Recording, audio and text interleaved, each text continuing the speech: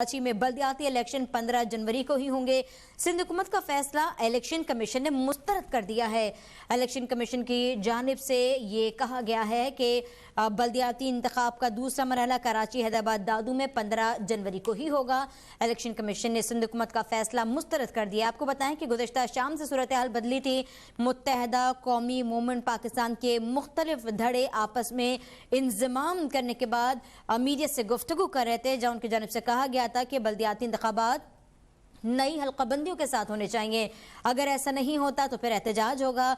और गुज़श्ता शब रात गए सिंध हुकूमत की जानिब से नोटिफिकेशन का जारी किया गया, जिसमें कहा यह गया कि सिंध हुकूमत इंतखाबात को मुलतवी करती है ता वक्त ये कि इलेक्शन के हवाले से हल्काबंदियों का मामला तय ना पा जाए।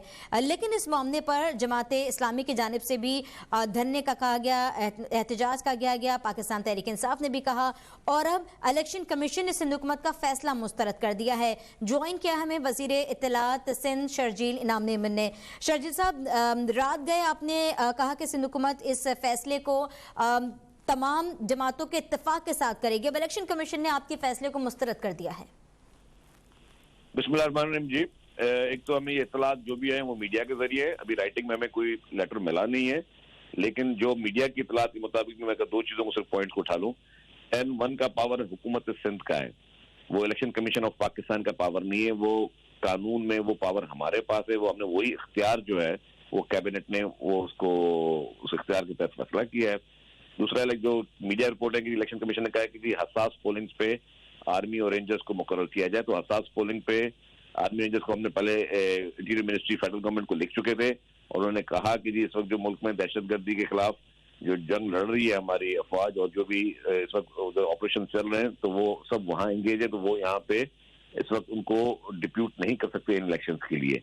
तो ये चीजें हैं, अब जैसे ही राइटिंग में हमारे पास आएगा तो हम उनको तफसीली उनको चीजें वो बताएंगे।